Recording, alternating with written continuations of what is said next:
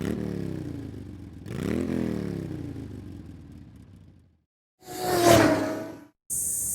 everybody, all motorcycle lovers.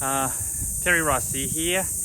Decided to make try to make it quick video. That might be hard because there's a lot to talk about.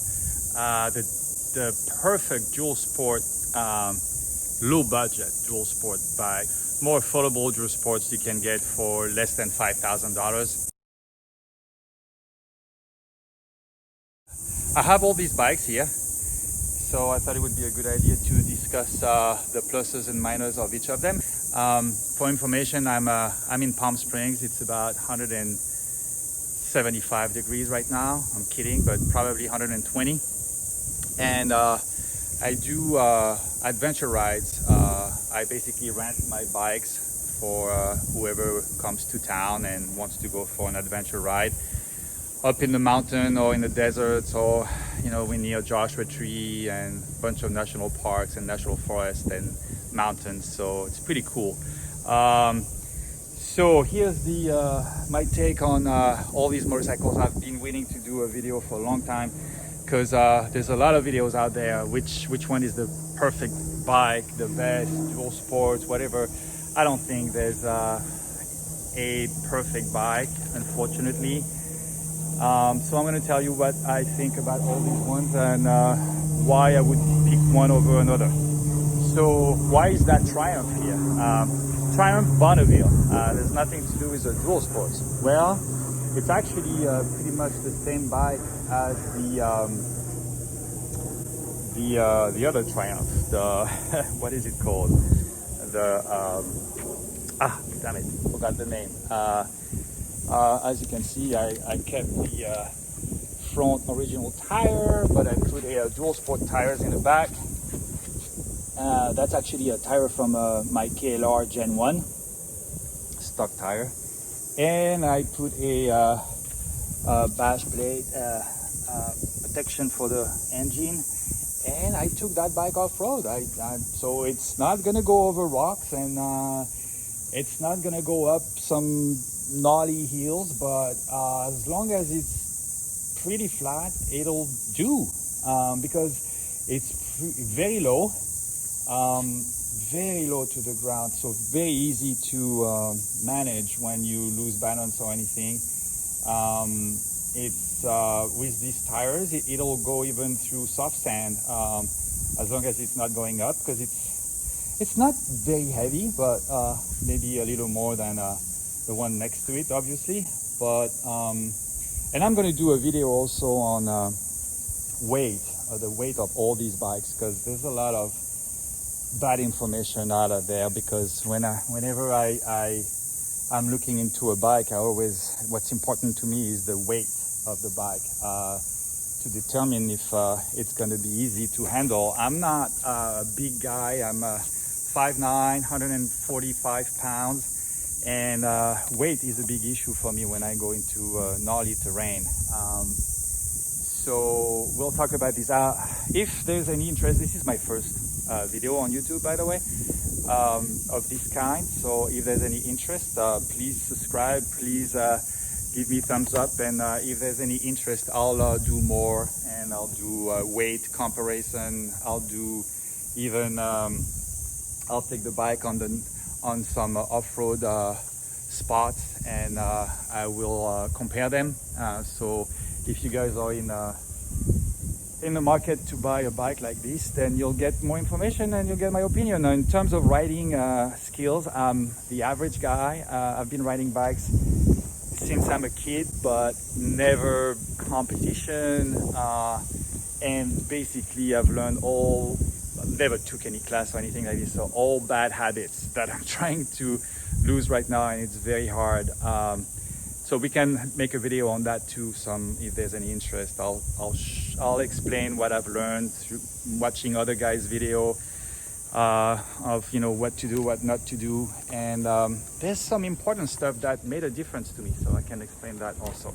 But today the whole idea is to talk about the bikes. Second up is one of my favorite. So this is a KLX 250 It's just the regular dual sports from Kawasaki. One of the cheapest bikes you can get still today with the CRF 250L from Honda.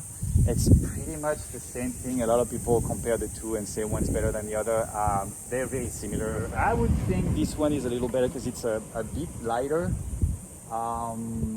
And I think maybe the suspension have a little more travel than the CRF. This is a BMW GS 650. That's in a different league. The smallest one from BMW and the biggest one of these guys here. I'll give you my opinion on that one later. XR 650L, kind of a reference on the market. I'll talk a lot about this. And then a KLR 650. That's the one everybody knows. That's the, I would say it's the reference. This is where I started. I also have two Gen 1s. I've been riding KLR since 1999 when I bought my first one, which I still have. These are amazing machines. If you gotta have one bike, it's probably the one you should have. I have memories with these KLRs, unbelievable. So my opinion, the Triumph. What an amazing machine. I love that Triumph. It's just smooth, it's cool, its transmission is unbelievable, and it still goes on the trails. Fire roads, things like this, no problem, as long as you don't have to go over rocks or go up some very steep hills on soft terrain. There's a lot of sand here, so it goes through sand.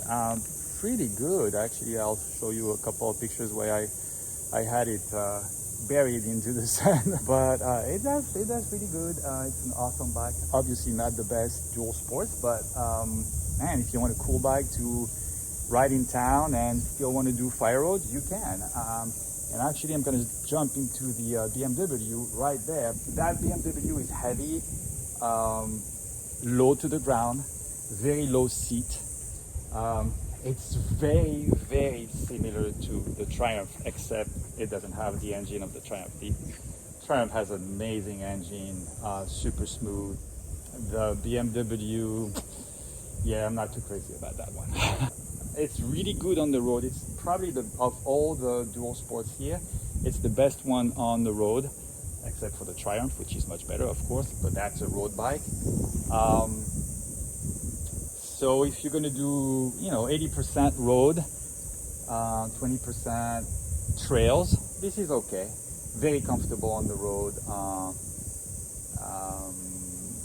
Handling very good. So yeah, that's it. If you're going to do also 80, maybe 90% road and 10% off-road, this is way better. This is awesome. I've got the Triumph bags in the back, so you can even carry some stuff. Super comfortable seat, fuel injected, just a good bike. All right, now on the dual sports, the real ones. All right, the KLX 250, that is the bike I use the most actually. Right now or lately I have, because I've been doing some gnarly stuff for my level at least, and this is the only one I can handle. Actually, there's another one that I can handle even better. It's not here, and I'll talk about it too. It's the XT 225 Yamaha. Man, that bike is awesome too. It's super low, super light. It's got 6-speed, almost the same power as the KLX, but just lower. It's almost like it's like a trial bike. And if I want to go over rocks or like boulders and stuff like this, I'll take the XT. If I want to go up, actually there's a gnarly hill nearby that the only bike I've been able to go up with was the XT 225. Unbelievable, because it's so low that when you get out of control, you can just sit on the seat and paddle.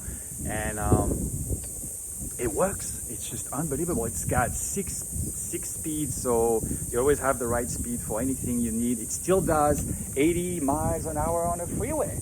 It's on maybe the speedometer is not accurate, but even if it's 75, it's plenty.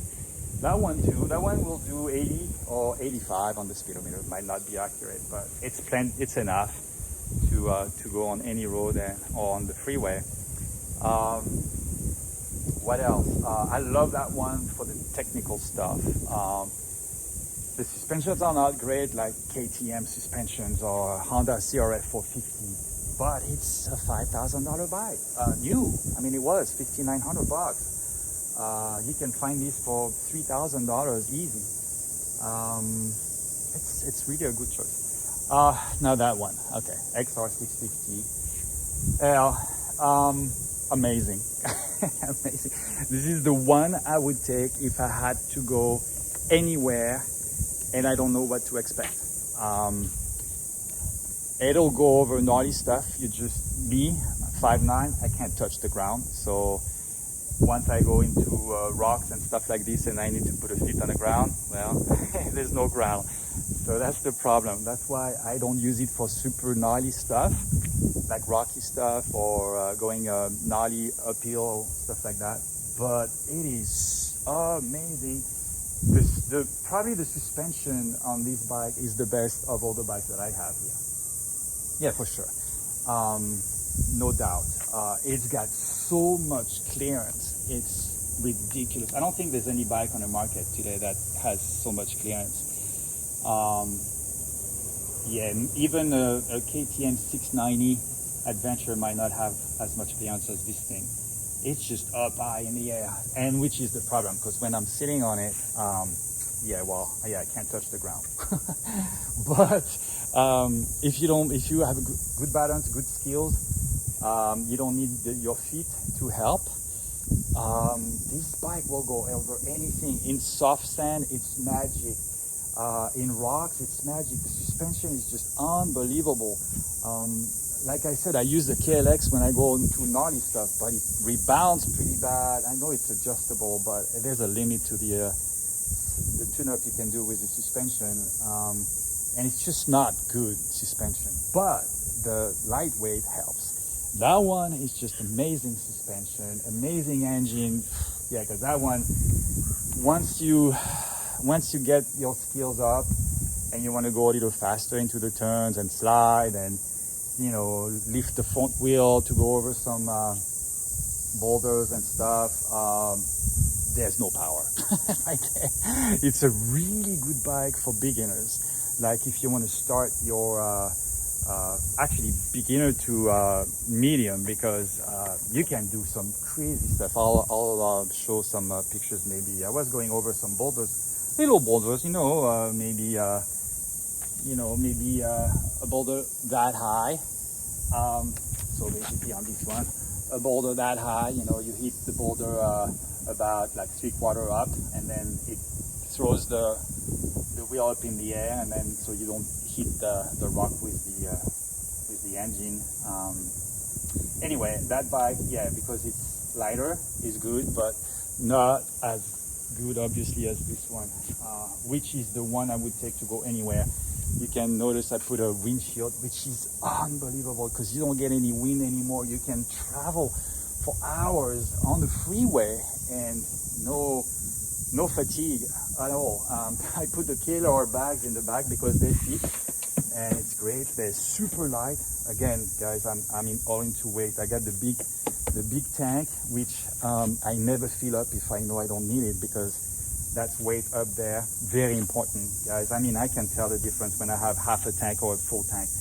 The bike is night and day.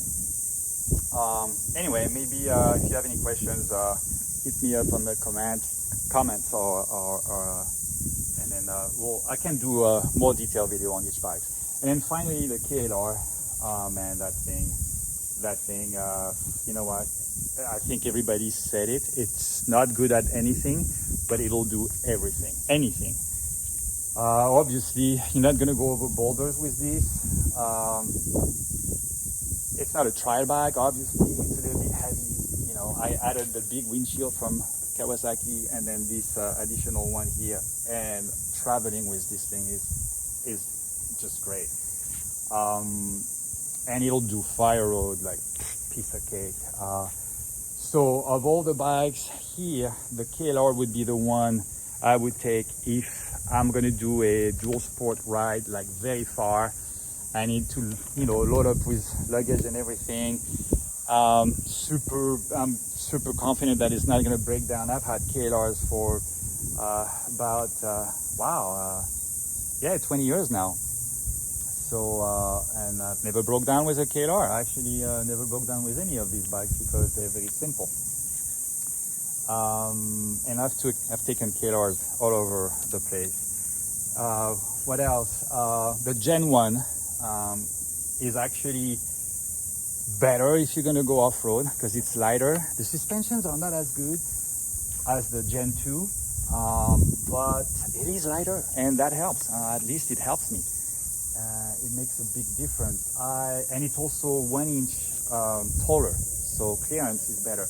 If I was going to take a trip and the terrain was going to be a little bit harder than usual fire roads, I would take the Gen 1. If it's not going to be too bad off-roading, I'll take the Gen 2 because it's so much better on the road. And actually, the better suspension compensates for the lack of that 1 inch in clearance and the extra weight. So it's actually a very good machine. The Gen 1 is just easier off-road because it's lighter and it's a little taller and softer. So a lot of people go like, oh yeah, well these bikes are too soft in suspension, you gotta redo everything. Well, not if you're gonna be jumping and everything and if you're not too heavy. I mean, obviously I'm 145, I'm light, and I would never make any of my bikes stiffer because I like the fact that they're soft.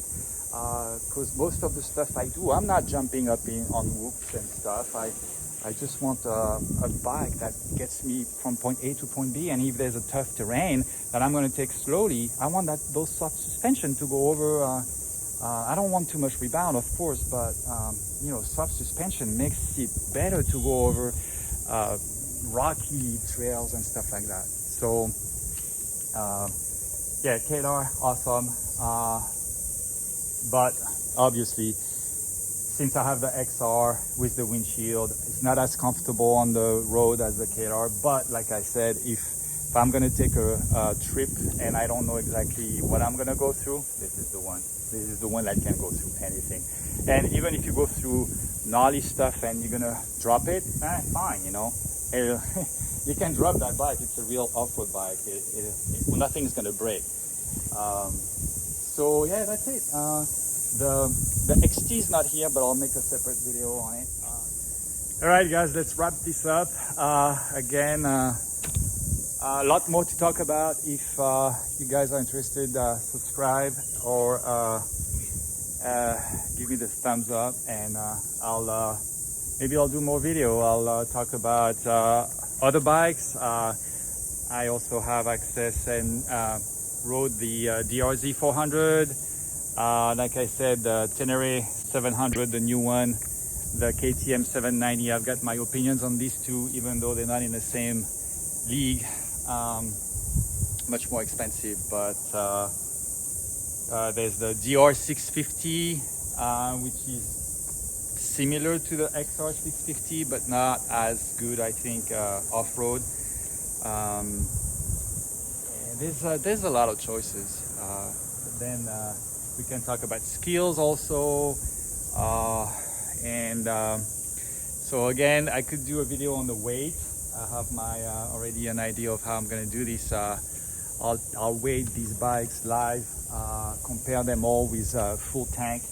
Not like what you find on the internet. You never know if it has a full tank or not, if it's dry, if it's wet weight, curb weight. So confusing. That XR 650 empty is a different bike than with a full tank. So it's important. Weight is important, especially when you don't have the skills, and lightweight bike will help you go over difficult terrain if you don't have the skill. All right, so thanks for watching, and again, subscribe, thumbs up if you liked it, and we'll see if I'll make other videos. Ciao, ciao.